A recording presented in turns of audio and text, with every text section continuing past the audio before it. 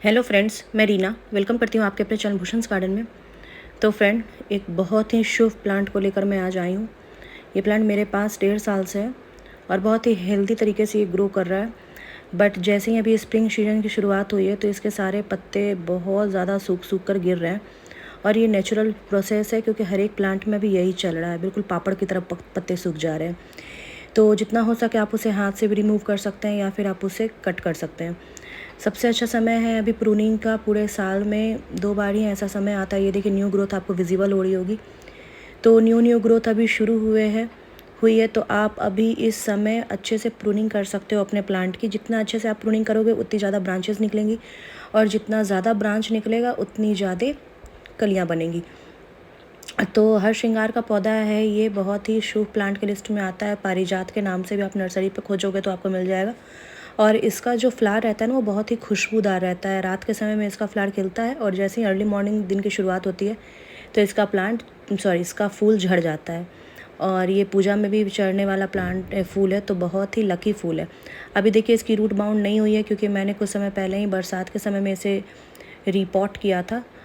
तो मैं इसमें आज अच्छे से फर्टिलाइज़र दूंगी। फर्टिलाइज़र के तौर पे आपको पता है मैं क्या देती हूँ, बट हर एक चीज़ का एक इक्वल अमाउंट होना बहुत ज़रूरी है, वरना प्लांट कभी कभी डाई बैक कर जाता है। तो सबसे पहले तो आप जितनी वीड्स उगी हैं आप उन सबको हटा दीजिए।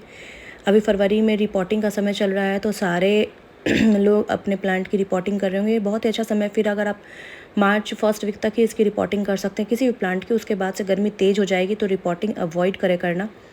तो जितनी भी ऊपर की मिट्टी है उसे आप 2 इंच तक खोद कर निकाल लें। तो इससे क्या होता है कि प्लांट को अच्छे से न्यूट्रिशन मिलता है। जो भी आप खाद दोगे ना, वो प्लांट की रूट तक पहुंचेगा और वो उसे इनटेक करेंगे और वापस अपने प्लांट को देंगे। तो ये देखिए, मैं ऊपर की कुछ सॉइल को मैं हटा लेती हूँ। 2 इंच तक की मैं सॉइल को रिमूव करेंगे, जहाँ तक इसकी वाइट कलर की रूट्स मुझे दिखने लगे। वैसे देखिए, कुछ रूट्स अगर टूटते हैं तो आपको घबराने की कोई ज़रूरत नहीं है। ये नेचुरल प्रोसेस है। अगर रूट्स टूटेंगे भी तो भी वो फिर बनेंगे। बट जहाँ तक आपको रूट्स दिख रही है आप वहाँ तक उसे रिमूव कर दीजिए। इस तरीके से अगर आप रिमूव करोगे ना तो क्या होगा कि प्लांट को बहुत ज़्यादा शॉक भी नहीं लगेगा। क्योंकि मैं रिपोर्ट तो नहीं कर रही हूँ। रिपोर्ट अभी इस स्पॉट में अभी 1 साल और अच्छे से चल जाएगा। फिर मैं बरसात के समय में देखूंगी इसे रिपोर्ट करना है या नहीं। वैसे पारिजात का ये जो प्लांट आता है ना, ये साल भर में आपको रिपोर्टिंग मांगता है। तो ये देखिए, बरसात के समय मैंने किया था तो मैं भी लगता है मुझे बरसात के समय में ही रिपोर्ट करूँगी। ये देखिए, इसकी वाइट रूट्स, आपको कितनी सारी रूट्स दिख रही होंगी। बहुत ही फास्ट ग्रोथ होता है इसका गमले में। अगर आप इसे ज़मीन में लगाते हो तो ज़मीन में इसकी ग्रोथ इससे भी फास्ट होती है। मतलब अभी तक ये 4 गुना ग्रोथ कर गया होता। बहुत ही छोटा प्लांट मैं लेकर आई थी। और बरसात के बाद इसमें अच्छे से फ्लावरिंग होती है। बट अभी भी समय है, अगर आप अच्छे से इसे रिपोर्ट कर देते हो या फिर अच्छे से इसे फर्टिलाइज़र दे देते हो तो ये 1 राउंड और आपका फ्लावरिंग अभी देगा। ये देखिए, उजली रूट अभी इसमें आपको बनती हुई दिख रही होगी अंदर से। तो बस डायरेक्ट इन्हीं को ही आपको भोजन देना है। यही भोजन लेंगे और उसके बाद प्लांट को देंगे।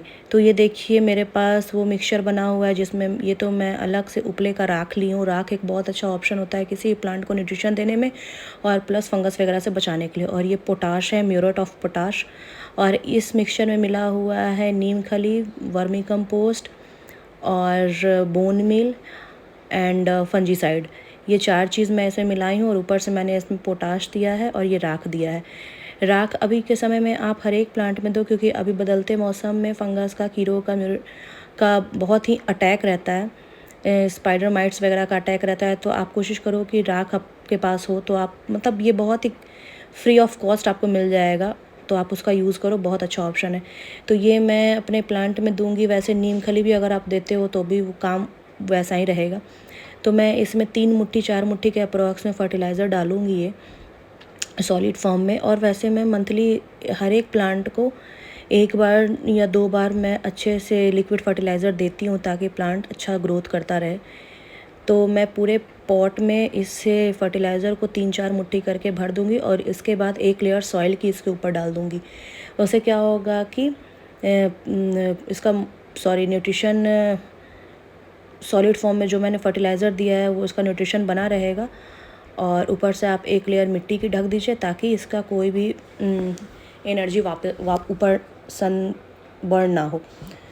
तो ये देखिए मैंने उसी तरीके से इसको यूज़ किया है और सारे गार्डनर मुझे लगता है इसी तरीके से रिपोर्टिंग करते हैं या फिर फर्टिलाइज़र देते हैं। तो फरवरी और अक्टूबर ये 2 ऐसा महीना है जिसमें आप हर एक प्लांट को बहुत अच्छे से फर्टिलाइज़र दो, क्योंकि ये ही साल में 2 बार आप फर्टिलाइज़र दोगे, उसके बाद प्लांट अपनी ग्रोथ बहुत अच्छी से करेगा।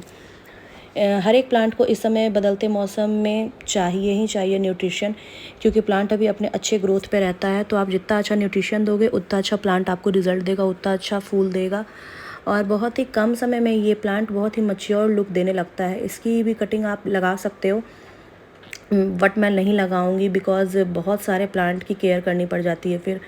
वैसे अगर आप चाहते हो कटिंग करने के बाद इसकी कटिंग को लगाना, तो अभी बेस्ट मौसम है, आप इसकी कटिंग को लगा सकते हो। और ये देखिए मैं एक बराबर हाइट में लेकर ऊपर से कट कर दूंगी। आपको मैं न्यू ग्रोथ दिखाती हूँ, न्यू ग्रोथ इसमें हो रही है, आपको विजिबल हो रहा होगा। पत्ते की हालत देखिए कैसी हो गई है।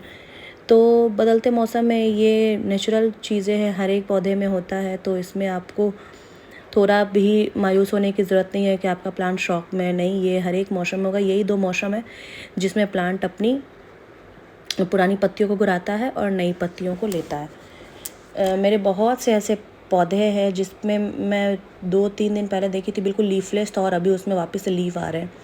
तो ये देखिए मैं ऊपर से इसे कट कर रही हूँ और एक मतलब मैं बहुत छोटी हाइट का कर दूँगी बिकॉज़ ये बहुत फास्ट ग्रोथ करता है। तो मुझे ब्रांचेस ज़्यादा चाहिए, मुझे हाइट लंबी नहीं चाहिए। किसी भी प्लांट को अगर आप बहुत ज़्यादा मल्टीपल ब्रांचेस देते हो ना, तभी वो मल्टीपल फ्लावर निकाल कर देगा। और सूखी डंटियों को तो मैंने कट कर दिया था और जिस पोर्शन पे मैंने अभी कट किया है ना, ये देखिए मैं आपको दिखा रही हूँ अभी इसकी टहनी कितनी हरी है।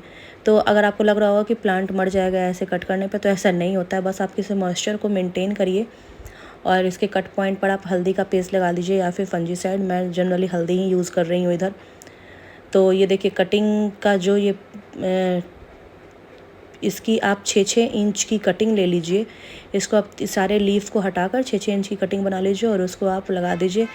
तो बहुत चांसेस हैं कि अभी लग जाता है। वैसे तो रेनी सीज़न में बहुत ईज़िली लग जाता है, बट ये मौसम भी अच्छा है कटिंग ग्रो करने के लिए। तो पारिजा अभी भी बहुत से नर्सरी वाले यही काम कर रहे होंगे, क्योंकि यही 2-3 मौसम मिलता है जब 1 से 10 बनाया जाता है सारे प्लांट को। तो अभी मैं इसको अच्छे से फर्टिलाइज़र दे दी हूँ। अब मैं इसमें देखिए मैग्नीशियम सल्फेट का घोल बनाकर दूंगी। मैग्नीशियम सल्फेट से क्या होता है कि प्लांट की रूट जल्दी स्टेबल हो जाती है अगर थोड़ी डिस्टर्ब हुई होगी, और फास्ट ग्रोथ होता है प्लांट का।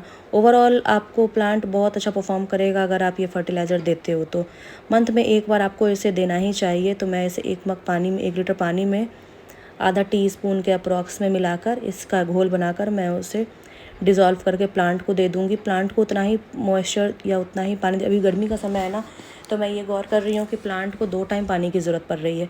तो अभी ये हाल है, तो आप समझिए मई जून में तो आपको बहुत ज़्यादा भर भर के पानी देना होगा। थोड़ा सा पानी देकर आप काम नहीं चला सकते हो। तो ये 1 मग भर के मैं अभी इसमें पानी दूँगी और फिर मैं सुबह में पानी दूँगी इस प्लांट को। तो ये देखिए, और उसके बाद मैं कट पॉइंट पर हल्दी का पेस्ट लगा रही हूँ या फिर हल्दी का पाउडर स्प्रिंकल कर दे रही हूँ, ताकि कोई भी फंगस वगैरह का अटैक ना हो, और अटैक हो तो मतलब उसका मॉइस्चर मेंटेन रहे, ऊपर उड़े ना। या आप ये भी लगा सकते हो, फंजीसाइड भी लगा सकते हो, या फिर आप फेविकॉल से इसे लॉक कर सकते हो। तीनों में से कोई भी काम कर सकते हो, बहुत ही यूज़फुल रहता है। तो फ्रेंड आप भी इस तरीके से अभी अपने सारे प्लांट की रिपोर्टिंग करिए, रिपोर्टिंग कीजिए, फर्टिलाइज़र दीजिए। हर एक प्लांट को अभी बूस्ट करने के लिए आपको एनर्जी के तौर पर फर्टिलाइज़र देना होगा। बहुत से फ्रेंड्स सोचते हैं कि एक बार फर्टिलाइज़र दे दिया काम चल गया, बट ऐसा नहीं। जैसे आपको टाइम टू टाइम खाने की ज़रूरत होती है, वैसे ही प्लांट्स को भी टाइम टू टाइम भोजन चाहिए होता है। तो एक समय के बाद क्या होता है कि प्लांट सॉइल की एनर्जी लैप्स हो जाती है, तो आपको उसे फिर से फर्टाइल करना पड़ता है। और ये थोड़ा सा हल्दी मैं उस पानी में डाल दी ताकि ये फंजीसाइड का काम करे, और वही पानी मैं अभी इस प्लांट को दे दूँगी ताकि अंदर किसी भी फंगस वगैरह का कोई ख़तरा ना हो। अगर हो भी तो ये हल्दी के पानी से ठीक हो जाए। तो अभी के समय में आप ये भी कर सकते हैं। देखिए वेल ड्रेन सॉइल का कितना अच्छा रिज़ल्ट मिलता है मुझे। वेल ड्रेन सॉइल तुरंत में नीचे तक पहुंच जाता है। तो फ्रेंड आप भी इस तरीके से अपने प्लांट को रिपोर्ट कीजिए, फर्टिलाइज़र दीजिए और हमारे साथ बने रहिए। Okay friends, bye.